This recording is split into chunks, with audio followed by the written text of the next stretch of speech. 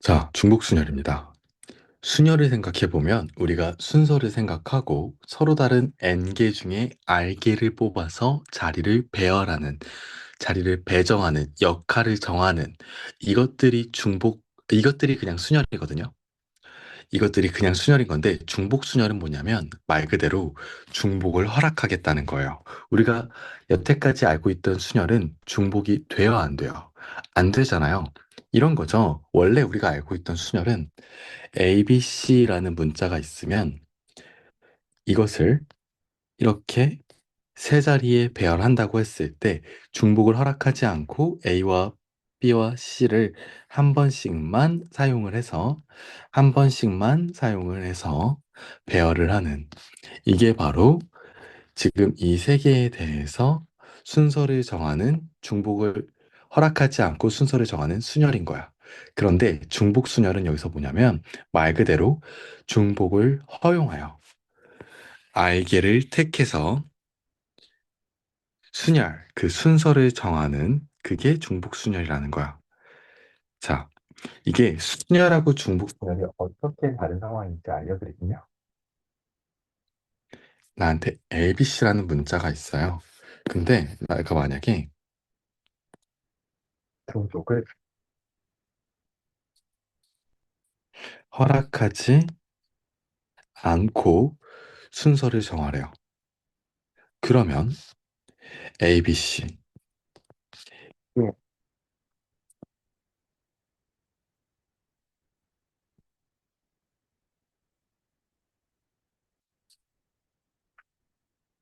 뭐, 이런 게 나오더라. 그쵸? 근데 내가 중복을 허락하래. 중복을 허락하라. 중복을 허락하는 순열이에요. 그럼 봐봐.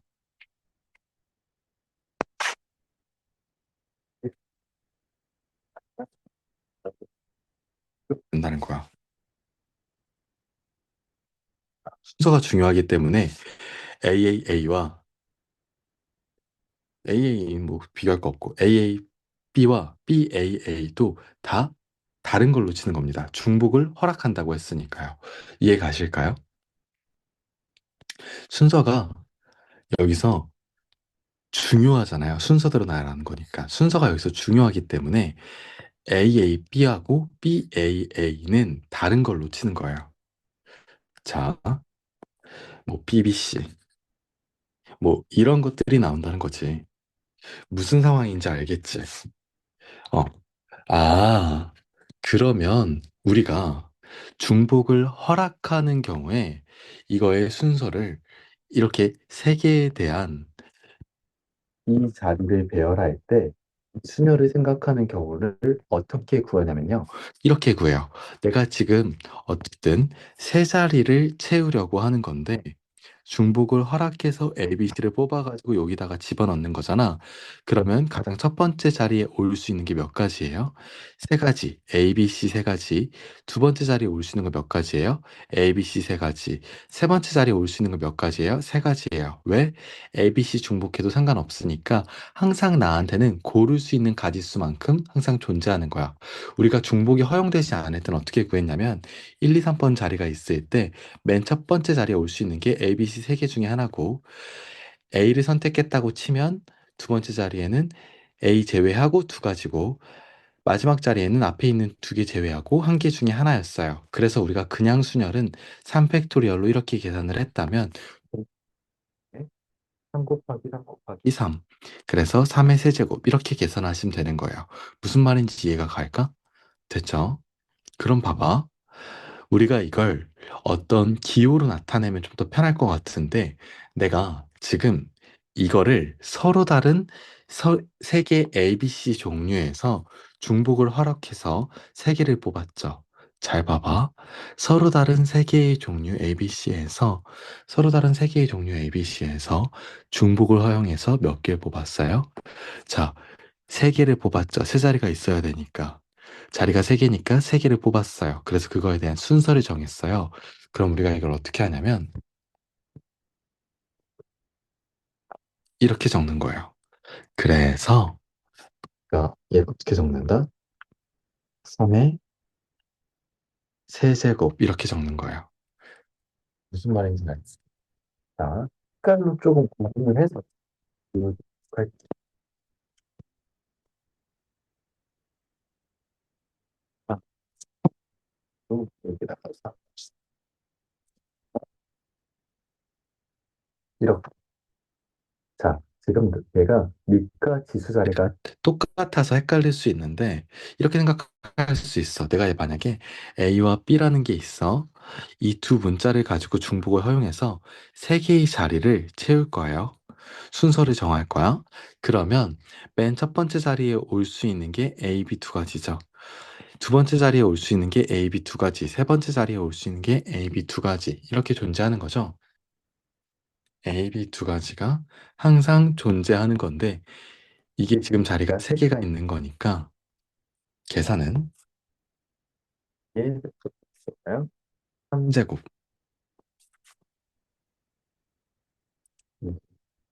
3제곱. 이렇게 쓰고 이건 다시 합사하면 서로 다른 두 개의 종류에서 순서를 생각하고 중복을 허용하여 자리를 정하는 경우의 수. 이렇게 작성을 하는 거예요. 알겠지? 그리고 이걸 내가 기호로 표현을 해주면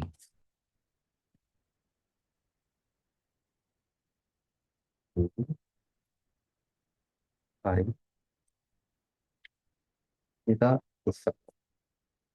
자, 이 S제곱이다.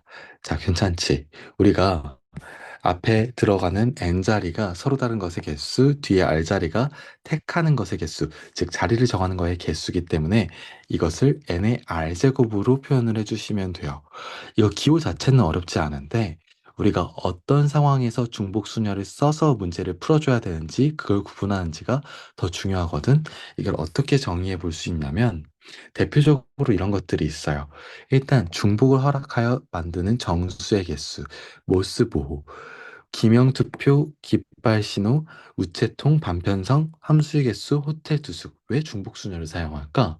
말 그대로 내가 중복을 해서 선택할 수 있는 것들이 있으면, 그리고 순서가 중요하면, 그러니까 자리가 중요하면, 역할이 중요하면, 그때 중복순열인 거야. 다시 말할게.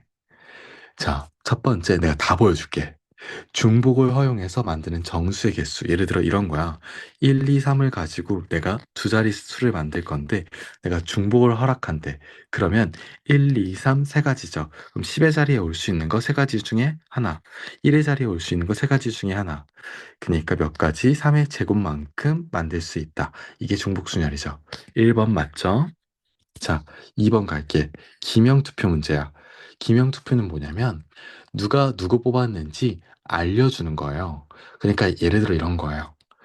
음, A라는 사람이 있고요. B라는 사람이 있고 C라는 사람이 있어. 근데 내가 선택할 수 있는 후보가 1번이라는 후보가 있고 2번이라는 후보가 있어. 그럼 봐봐. 기명투표라는 건 A, B, C 누가 누굴 뽑았는지가 되게 중요한 상황인 거야. 그럼 A라는 사람이 뽑을 수 있는 후보자가 두 명 중에 한 명이니까 두 명 뽑을 수 있고요. 그리고 B라는 후보자가 뽑을 수 있는 또두명 중에 한 명이니까 두 명을 뽑을 수 있고 E라는 후보자라고 얘기했니? 이렇게 선거권자가 맞는 거지. 후보자는 1번과 2번. 아, 미안. 말 잘못했다. 다시 말해줄게. 자, A, B, C는 선거권자야. 그리고 1번, 2번은 후보자야. 됐지? A는 두 후보자 중 한 명을 뽑을 수 있어. B도 두 후보자 중 한 명을 뽑을 수 있어. C도 두 후보자 중 한 명을 뽑을 수 있어. 자, 그럼 한 선거권자마다 항상 두 명의 후보자씩 저 사람이 1번 뽑았다고 해서 얘가 1번 못 뽑는 거 아니잖아. 그치? 그러니까 2 곱하기 2 곱하기 2 해주면 2의 세제곱. 그래서 중복이 가능한 거구나. 됐죠? 자, 그 다음 3번. 모스보호 이제 이런 거예요. 모스보호가 땡 아니면 찍인데 예를 들어 내가 땡 아니면 찍을 가지고 만들 수 있는 두 자리의 신호를 구해라 라고 하면 이런 거예요. 예를 들어 말도 안 되는 소리긴 한데 자, 땡땡이면 안녕 이런 뜻이라고 해보자. 예를 들어 그런 거야. 자, 만약에 땡찍이면 밥 먹자고, 찍찍이면 잘 자 이런 거야. 말도 안 되는 거야. 그냥 믿지 마. 내가 지금 생각해낸 거야. 자, 그러면 두 자리를 땡 아니면 찍으로 채울 건데 이게 어떻게 순서가 채워지냐에 따라 매번 다른 신호가 되는 거기 때문에 우리가 두 가지의 신호를 만들 때 맨 첫 번째 자리에 올 수 있는 신호는 땡 아니면 찍 두 가지, 두 번째도 땡 아니면 찍 두 가지, 총 몇 가지가 존재한다? 2의 제곱까지가 존재한다. 자, 여기까지 됐으니까 정리를 하면 뭐야?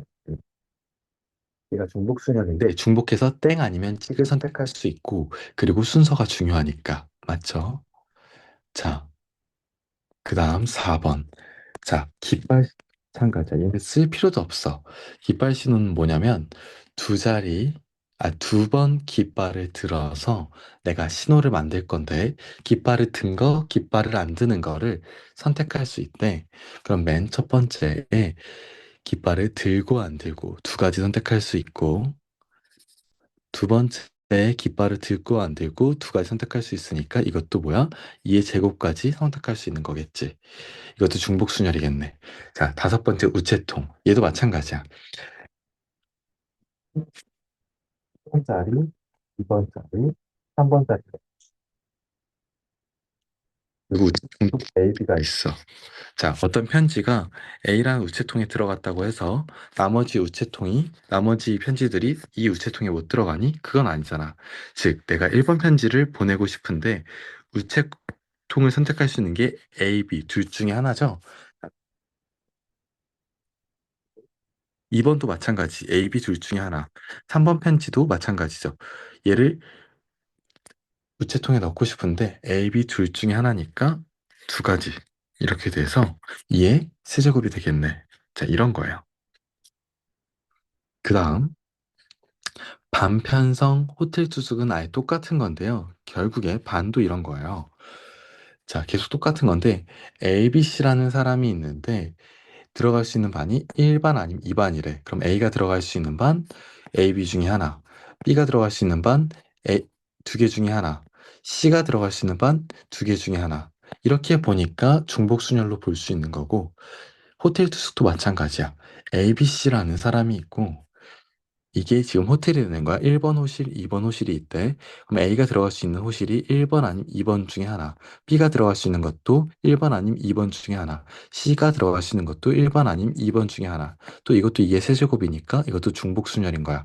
근데 함수의 개수는 자, 이것도 되게 당연해요. 7번인데 예를 들어 함수의 개수 x가 있어. 자, 이건 내가 이따 좀 다시 좀 자세히 설명할 거긴 한데 지금은 좀 이렇구나 정도로만 받아들이시면 돼요. 자, x에서 y로 가는 대응, 함수 x에서 y로 함수가 있어요. 자, 1이 대응될 수 있는 공역의 원소는 두 개 중에 하나죠. 당연히 둘 다 찌를 수 없고, 둘 다 대응할 수 없고, 둘 중에 하나만 대응해야 돼. 그럼 1이 될 수 있는 거 두 개 중에 하나. 자, 2가 될 수 있는 것도 A, B 둘 중에 하나. 당연히 중복되겠죠.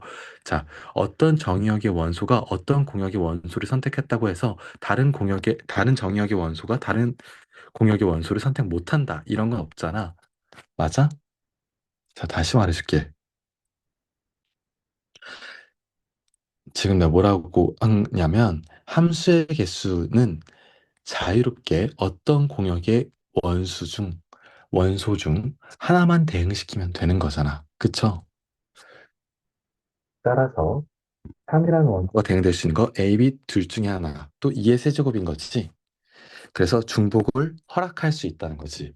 자, 이래서 중복순열이라는 거야. 이해 가셨을까? 자, 그래서 중복순열이라는 게 사실 진짜 쉬워. 어떻게 보면 그냥 순열보다 더 쉽게 느껴질 수도 있어. 설명 여기까지 마치겠습니다. 고생하셨습니다.